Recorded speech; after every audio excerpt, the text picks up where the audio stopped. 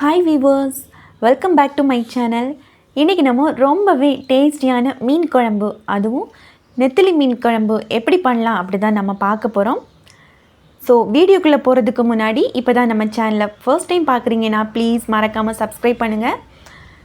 வாங்க இப்போ வீடியோக்குள்ளே போகலாம். பாருங்கள், நான் நெத்திலி மீன் ஃப்ரெஷ்ஷாக வாங்கி வச்சுருக்கிறேன். இதை நம்ம க்ளீன் பண்ணலாம். ஃபர்ஸ்ட் இதோட தலைப்பகுதி, வால் பகுதி இதெல்லாம் நமக்கு தேவையில்லை. ஸோ இதெல்லாம் ஃபஸ்ட்டு ரிமூவ் பண்ணிக்கோங்க. அப்புறமா நடுவில் ஒரு மெல்லிசாக ஒரு முள் இருக்கும். அது உங்களுக்கு தேவைன்னா ஒன்றும் பிரச்சனை இல்லை, சேர்த்துக்கலாம். இல்லைன்னா அதையும் ரிமூவ் பண்ணிக்கோங்க. இந்த மீன் கழுவுறதுக்கு ரொம்ப சிம்பிள் தான். ஈஸியாக இந்த மாதிரி நல்லா வாஷ் பண்ணி எடுத்துக்கலாம் ஃபர்ஸ்ட்டு. அதுக்கப்புறமா இனி இதுக்கு மசாலா எப்படி ப்ரிப்பேர் பண்ணுறது அப்படிங்கிறத பார்க்கலாம். ஃபர்ஸ்ட் மிக்ஸி ஜாரில் 5-6 சின்ன வெங்காயம் உடைச்சி எடுத்துக்கோங்க. அப்புறமா 1 டீஸ்பூன் மஞ்சள் தூள், அப்புறமா 2 டீஸ்பூன் மிளகாய்த்தூள், உங்கள் காரத்துக்கு தேவையான அளவு மிளகாய்த்தூள் சேர்த்துக்கோங்க. அப்புறமா 2 கொத்து கருவேப்பிலை, இதையும் இதோட நம்ம அரைச்சிக்கலாம். 2 கொத்து கருவேப்பிலை. அப்புறமா நான் 2 கைப்பிடி அளவு தேங்காய் துருவி எடுத்து வச்சுருக்கிறேன், அதையும் இதோட சேர்த்துக்கோங்க.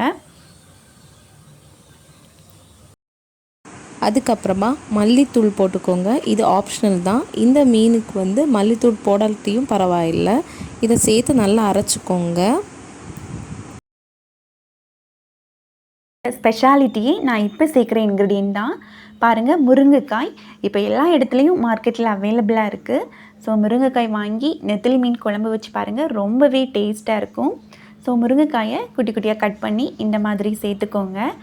இதோட பச்சை மிளகாயும் உங்கள் காரத்துக்கு ஏற்ற அளவுக்கு கட் பண்ணி குட்டி குட்டியாக கட் பண்ணி இந்த மாதிரி சேர்த்துக்கலாம்.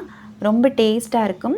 இதோட பச்சை மாங்காய் நீங்கள் குட்டி குட்டியாக கட் பண்ணி அதை இதோட சேர்த்திங்கன்னா இன்னும் ரொம்பவே டேஸ்டியாக இருக்கும். அது கிடச்சுன்னா கண்டிப்பாக மிஸ் பண்ணாமல் பச்சை மிளகாய், மாங்காய், முருங்கைக்காய் இந்த 3 சேர்த்துக்கோங்க.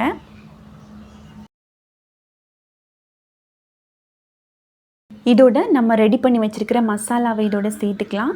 அப்புறமா தேவையான அளவு புளி தண்ணி கரைச்சி ரெடி பண்ணி வச்சுருக்கிறேன், அது இதோட சேர்த்துக்கலாம். அப்புறமா தேவையான அளவு உப்பு, காரம் இது 2 கரெக்டாக இருக்கான்னு பார்த்துக்கோங்க. ஃபைனலாக நம்ம கொதிக்க வைக்கலாம். ஸோ ஒரு வாட்டி இந்த மாதிரி கிளறி விட்டுக்கோங்க. அடிக்கடி கிளறி விட தேவையில்லை. இந்த மாதிரி ஒரு வாட்டி கிளறி விட்டு உப்பு, மிளகாய் எல்லாம் கரெக்டாக இருக்கான்னு பார்த்துக்கோங்க.